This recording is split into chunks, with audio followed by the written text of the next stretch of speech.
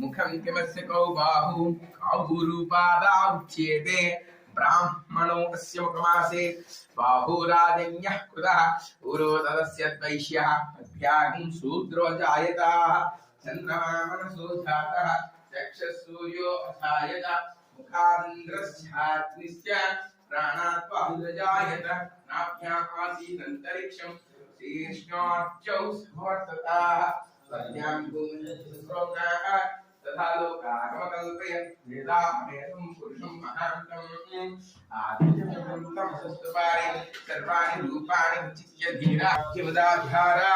चक्रप्रविद्वान् प्रातिसस्तस्रः तमेवं विद्वान् मृतः भवति नान्यपन्था विच्यते अहिनायाः तदे लक्ष्मीश्चिपज्ञो अहोरात्रयज्ञाय धातुं यज्ञपदये दैवी स्वस्तिरस्वस्तिर्मनुषेभ्यः ऊर्ध्वं जगातु भेषजं सम्नोऽस्तु द्विपदे संचतुष्पदे ॐ शान्तिः शान्तिः शान्तिः।